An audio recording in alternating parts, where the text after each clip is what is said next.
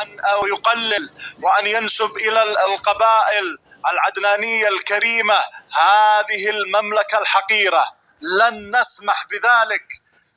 يجب أن يبقوا تحت العباءة العربية اليعربية، لن يخرجوا من تحت هذا الشرف العظيم.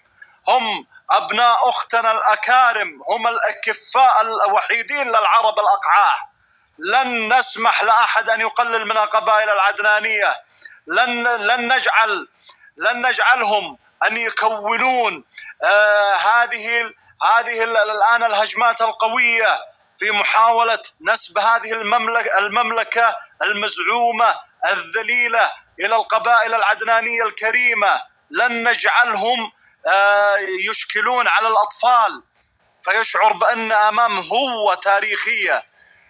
الآن سيقف الطفل ويقول يا أخي كيف، طيب احنا مذكور أن انتصرنا في ذي قار، وأجي وأحصل والله أجدادي في قيدار مدعوسين دعس ومربطين مع الكلاب ومثقبين، ويعني مملكة مثقوبة. لا يمكن. هم يريدون أن يحدثون هذه الهوة التاريخية، يريدون أن يدخلون أن يساورك الشك.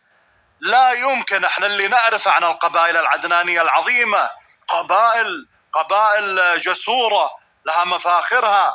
اللي نعرفه أن الرسول صلى الله عليه وسلم قال إن الله اصطفى من ولد إبراهيم إسماعيل، واصطفى من ولد إسماعيل بني كنانة، واصطفى من بني كنانة قريشا، واصطفى من قريش بني هاشم، واصطفاني من بني هاشم.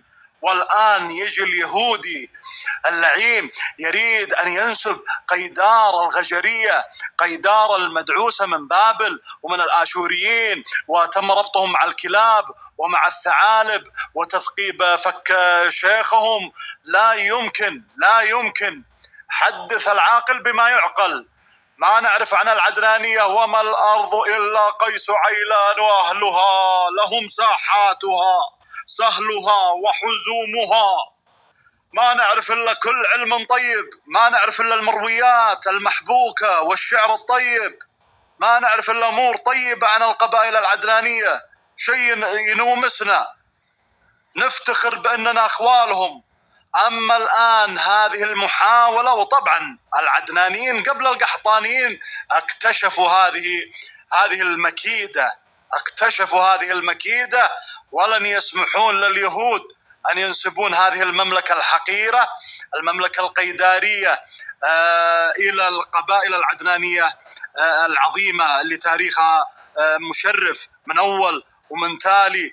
فلذلك نقول لابد أن نقف، أن نكون صف واحد، يد واحدة، أن نقف مع أبناء أختنا الغالية، أبناء أختنا الجرهمية القحطانية، بنت حفيدة النبي هود عليه السلام. لابد أن نقف مع أبناء أختنا الغالية، لابد أن نقف مع بنو إسماعيل مشاركين في الأرض، ومشاركين بيننا مصاهرة وبيننا كل علم طيب. فلن نسمح لهم هؤلاء اليهود أن ينسبون هذه المملكة الوضيعة القيدارية المدعوسة من جميع الحضارات المحيطة فيها إلى أبناء أختنا الكرام العدنانية. يا مرحبا.